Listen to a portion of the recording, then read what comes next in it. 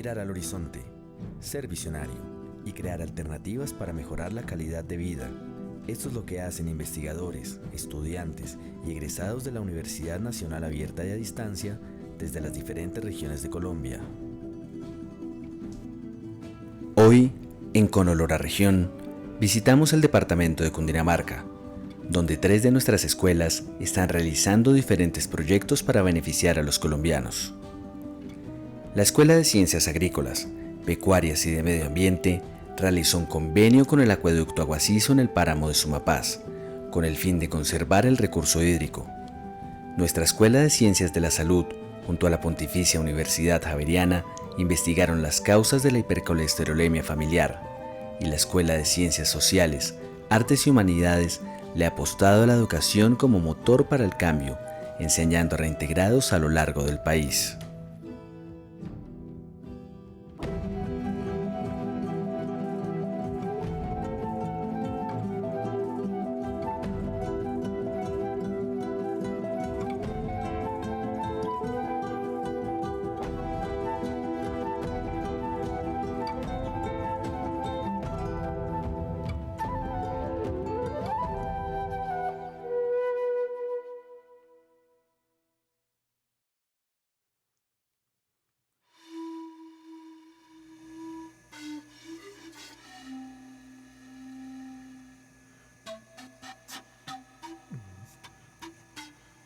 El acueducto Aguasizo provee a los municipios de Soacha, Cibaté y Granada, captando el agua desde la Quebrada Honda, una de las muchas quebradas del páramo más grande del mundo, el páramo de Sumapaz.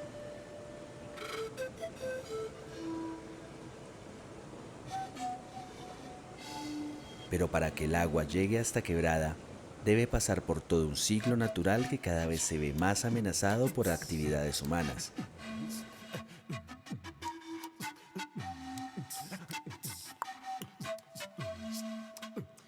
Por esta razón, Aguasizo formó una alianza con la Universidad Nacional Abierta y a Distancia con el fin de conservar el recurso hídrico por medio de 4 proyectos. Los investigadores de la Escuela de Ciencias Agrícolas, Pecuarias y de Medio Ambiente han comenzado esta apuesta por la conservación de este líquido vital.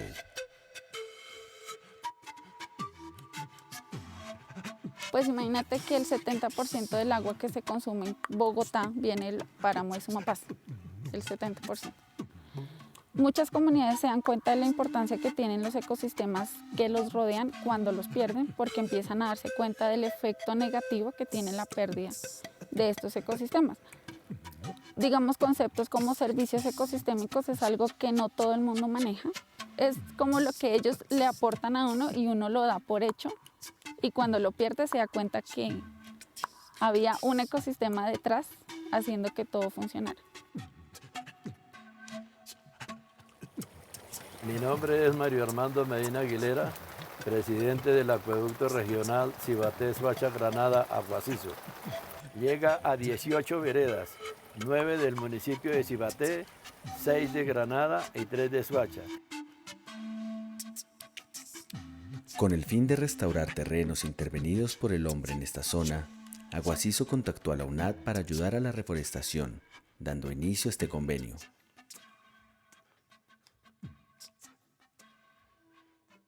Nosotros llegamos acá porque en una de las jornadas ecológicas que hace la Escuela de Ciencias Agrícolas, Pecuarias y Medio Ambiente, la CADMA, nos corresponde pues hacer todas estas actividades que involucran el medio ambiente, la conservación. Y una de esas actividades que hicimos en el 2018 fue una siembra de árboles. Estuvimos en contacto con el acueducto y cuando vinimos precisamente acá, al borde de la quebrada, a sembrar los árboles, nos dimos cuenta que había la necesidad de conservar ese recurso hídrico. Y empezamos entonces a unir relaciones con el acueducto, con Aguasizo, y hicimos un convenio desde 2018. A partir de allí surgió un propósito principal, que es la conservación del recurso hídrico. Eso es lo que nosotros pretendemos. Y lo pensamos hacer por medio del conocimiento que podamos producir y generar con la comunidad. A partir de allí surgieron entonces 4 proyectos. El profesor Michael Suárez le apostó a la propagación de semillas de frailejón. A partir de los programas de reforestación de Aguasizo, Una de las plantas de prioridad para la reforestación de las áreas intervenidas por el hombre en estas áreas ha sido el espeletia, conocida como frailejón. Entonces el proyecto que me planteé es evaluar el potencial de propagación de la semilla de espeletia seleccionada específicamente aquí en el páramo de Cibaté. Lo que se busca es utilizar diferentes métodos que mejoren la calidad de la semilla y en este caso, en este proyecto nos planteamos dos métodos. Uno es el más frecuente y el más conocido que se ha utilizado, es la inhibición de la semilla en agua durante diferentes tiempos de exposición, con el objetivo de permitir que se produzca la germinación de la semilla por la penetración del agua adentro del embrión. En el caso del método no convencional es el método de tratamiento magnético de la semilla. Sora Denise Cortés está liderando el proyecto para la caracterización de coberturas vegetales. En este proyecto lo que queremos hacer es primero caracterizar los tipos de vegetación que hay en esta zona de páramo, subpáramo y páramo, qué tan anchos son, las copas, la altura y también en términos de su composición florística, o sea, qué especies son las que hay. Y a partir de esa caracterización queremos determinar cuál es la capacidad que tiene la vegetación para interceptar el agua de la niebla, porque ese sería un argumento importante para decirle a la gente es necesario conservar la vegetación tal y como está. Tras la captación tanto de la lluvia horizontal como de la vertical por la vegetación del páramo, parte de esta agua es liberada más abajo en la Quebrada Honda, donde la profesora Jessica Páez lidera el proyecto que por medio de modelos matemáticos dará a conocer cuánta agua puede captar el acueducto y la calidad de esta. Bueno, este proyecto se trata principalmente de tratar de entender cómo es la función hidrológica del páramo, ya que digamos que los páramos se comportan de manera muy diferente a una cuenca normal. Entonces la idea es que estamos investigando pues cómo se comporta hidrológicamente este páramo y tomamos pues como caso de estudio esta quebrada, que es una quebrada abastecedora de acueducto. Si no se realiza un trabajo con los habitantes de la zona, todo el esfuerzo para la conservación será en vano. Por eso, el profesor John Ruiz lidera este proyecto de etnobotánica para identificar junto a la comunidad las especies nativas que se deben conservar. Lo que nosotros queremos es trabajar mancomunadamente con la comunidad para que, aunque sigan con sus actividades normales, puedan agregar árboles que pueden ayudarnos a preservar este entorno. La etnobotánica es el estudio de la ancestral de las plantas. Los conocedores, los sabios, casi siempre son personas de la tercera edad que tienen un conocimiento bastante grande de las especies botánicas o de las especies vegetales como tal, que tienen algún uso potencial. Lo que se llama el chusque, este sí lo come mucho, y más las bestias son las que comen esto, el cabalgar es el que come más harto el chusque. Sí, y que todo lo más, ya le digo, lo come harto es el cabalgar, los caballos esos son los que... Hoy nosotros somos unos bendecidos de la vida. Nosotros Dios nos ha bendecido y la Virgen Santísima con estas grandes fuentes hídricas que tenemos en la parte alta del Sumapaz, pero la que no hemos sabido muchos proteger, porque el páramo de Sumapaz es la reserva hídrica más grande del mundo y aquí en nuestro país tanto las autoridades nacionales, ambientales, no se les ha dado la importancia que debemos de proteger esta reserva hídrica para que siga siendo la número uno del mundo.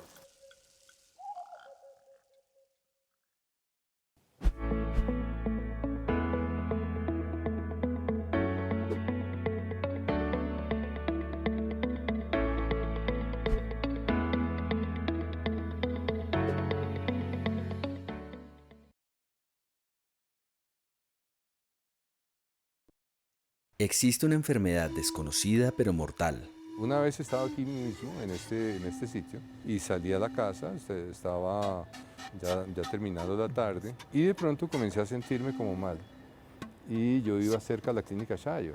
Llegué de pura casualidad y estaba infartado. Que nos puede afectar a cualquier edad.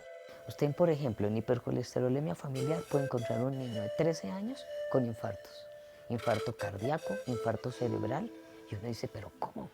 Pero también existe un grupo de investigadoras que luchan por la identificación de esta enfermedad.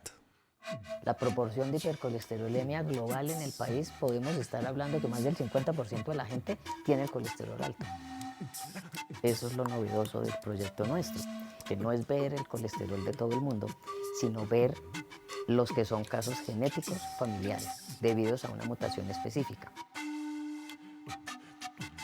En el 2013 la Escuela de Ciencias de la Salud estaba naciendo también. Entonces nosotros vimos la necesidad de tener una línea de investigación que tuviera un enfoque molecular, pero no nos imaginamos que esto iba a ser tan grande. En ese entonces yo trabajaba en la UNAD y era líder de investigación de escuela. Entonces nos pusimos en la tarea con la doctora Luz Meri, que ya también hacía parte de la Escuela de Ciencias de la Salud en ese entonces, a buscar cuál era la enfermedad genética más frecuente en Colombia reportada hasta el momento, y encontramos un artículo publicado en donde se reportaba que la enfermedad más frecuente genética era la hipercolesterolemia familiar. Entonces empezamos a indagar más allá, a buscar qué había de información, quién estaba trabajando en el país sobre el tema, y encontramos que no había información. En realidad nadie había hecho estudios moleculares de frecuencias de mutaciones, de frecuencias poblacionales en Colombia. Es tan sencillo como que la persona tiene un problema de colesterol elevado debido a una mutación en un gen que hace que unas proteínas que deberían producirse codificadas por esos genes, pues simplemente no se codifican, no se producen, la persona no puede manejar entonces sus niveles de colesterol y el colesterol se sube. Esto trae una serie de consecuencias a nivel molecular, en el metabolismo celular, muy complejas, y entonces vienen una serie de acumulaciones de esa grasita, digamos, de todo ese material colesterol, que se hacen tumorcitos o peloticas que se llaman santomas, que son unas bolitas de grasa que salen, y entonces la persona empieza a tener bolitas en las articulaciones, un halo en los ojos, como la concentración de todo ese colesterol que es grasita, ¿no?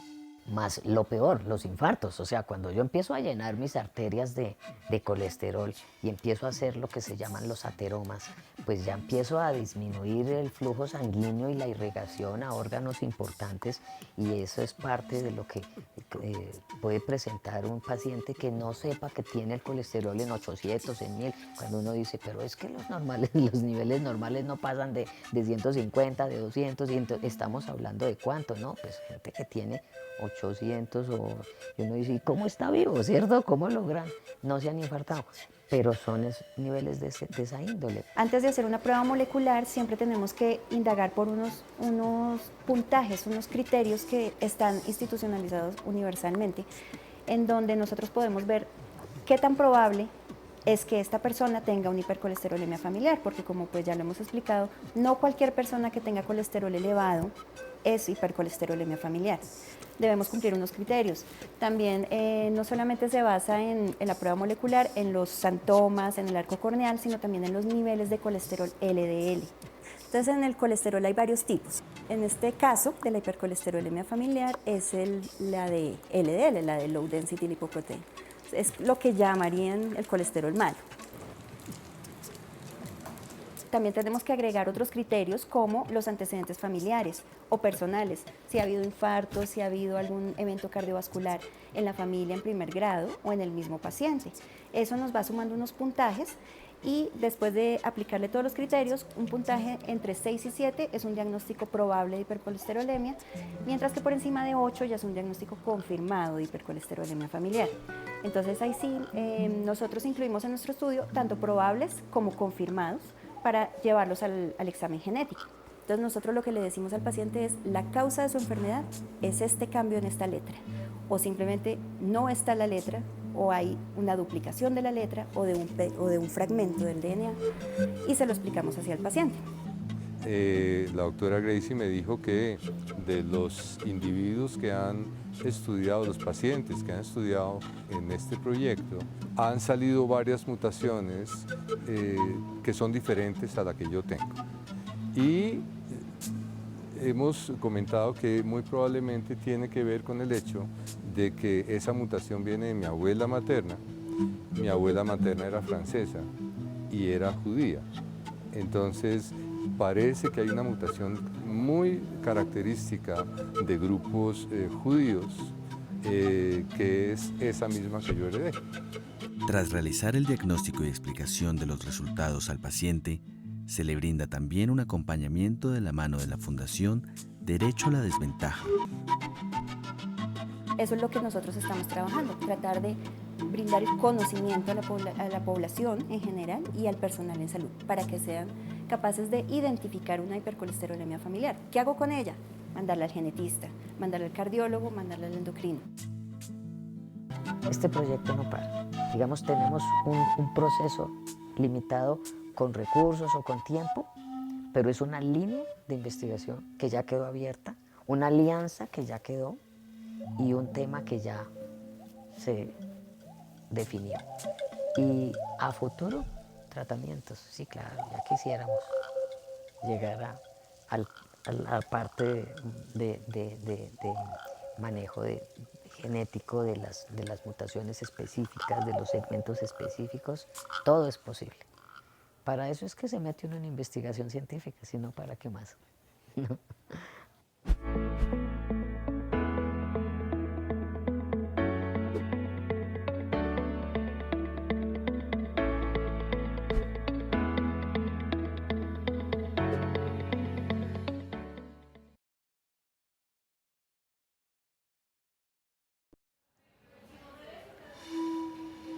El ladrón o el subversivo, todos tenemos un punto de partida y todo hace parte al problema social. Yo fui campesino, yo soy nacido en el campo, creo en el campo y hasta ahora que estoy en la capital.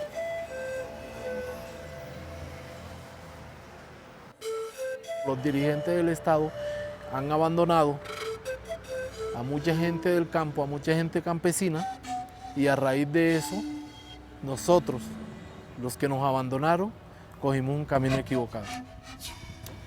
Soy desmovilizado de las autodefensas. Yo soy desmovilizado de las autodefensas Unidas de Colombia del Magdalena Medio. Sí, yo soy excombatiente de las FARC. Trabajo para la ARN, la Agencia para la Reincorporación y Normalización de Personas y Grupos Alzados en Armas. Que antes nosotros éramos la ACR, la Agencia Colombiana para la Reintegración. Nosotros los recibimos a ellos cuando se desmovilizan de los grupos armados o en este caso cuando se hizo el acuerdo de paz con las FARC. El primer acuerdo que se hizo con las AUC. Entonces, ¿qué hacemos nosotros? Los ayudamos a ellos a que retomen la civilidad, básicamente lo que nosotros hacemos. Los cimientos de un proyecto de vida es la educación, ¿sí? Aprender a leer, aprender a escribir, aprender a desempeñar labores que antes no podía desempeñar. Maestro itinerante es una apuesta de la educación, busca atender a personas en proceso de reintegración y de reincorporación a la vida civil. Entonces, ¿qué hacen los docentes? Se desplazan precisamente a cada uno de estos lugares donde se encuentran los estudiantes. Para nosotros el aula de clase concibida como 4 paredes y un tablero no existe. Para nosotros el aula de clase puede ser una improvisada cafetería, una obra, un trabajo. Desde que hayan ganas para trabajar, existe la posibilidad de hacer maestro itinerante y de hacer escuela. Cuando niño hice hasta segundo de primaria, empecé a estudiar a los 14 años porque mi papá murió cuando yo tenía 8 años. Entonces nos tocó coger las riendas de la finca ya como si fuéramos personas adultas. En la cárcel hice la primaria, terminé la primaria porque yo en mi juventud estudié hasta segundo primaria. De ahí salí en el 2017 con el señor Luis Eduardo el encargado de estarme vigilando, como se dice, a ver qué hago. Él me consiguió el cupo en la UNAM y ahí estudié lo que fue en el 2018. Yo desde niño me ha gustado las dos cosas, el estudio y el trabajo. Trabajo porque no me puedo estar quieto. Hice la primaria antes de irme a filas y después en la cárcel hice sexto y séptimo y ya después terminé mis estudios con la UNAM. Nos ayudaron a realizar un sueño, pues nunca pensé que se sintiera esa emoción tan grande uno colocarse esa bata de grado. Eso fue un día muy especial, inolvidable.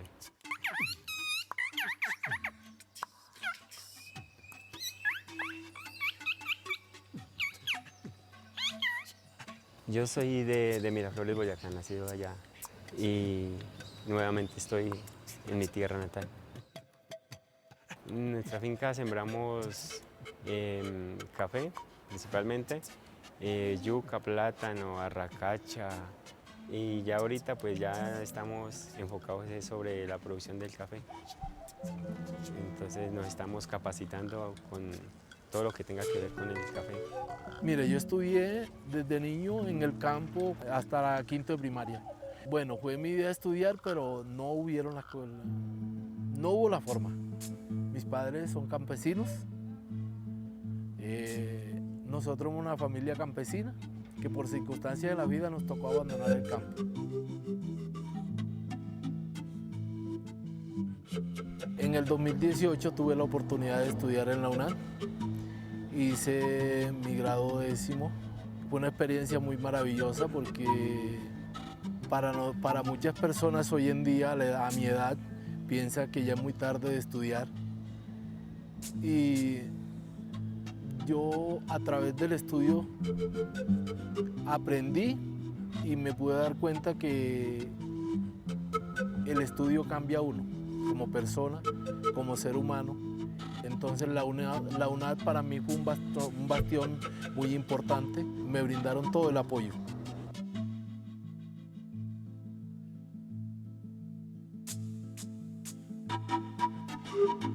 Yo estuve como docente de Never. Digamos que a finales del 2018 yo con ellos trabajé unos pequeños proyectos de intervención o de educación. Entonces él me llevó una propuesta muy bien estructurada en la que me mencionaba: profe, yo quiero que mis estudiantes, los niños que están en este momento en una institución educativa no caigan en manos de la guerra.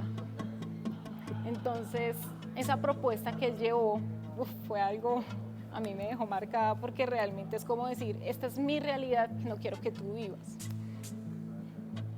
Mi lema es que la educación cambie a las personas y siempre lo he dicho, ayudemos a la población infantil a que no se quede sin estudio. Porque yo hago más en estos momentos. Estoy haciendo más con un lápiz o con un lapicero en la mano o con una pala o con una pica que con un fusil. Mi nombre es Never. En inglés nunca, pero mi lema es nunca jamás rendirse. Nunca jamás rendirse.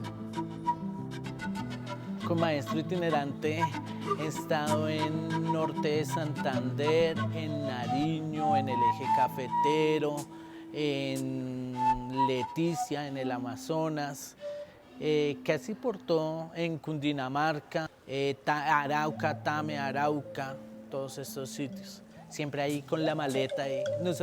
Nuestra premisa cuando salíamos a hacer nuestras tutorías y nos íbamos 15 días, era: me voy con mi maleta llena de sueños.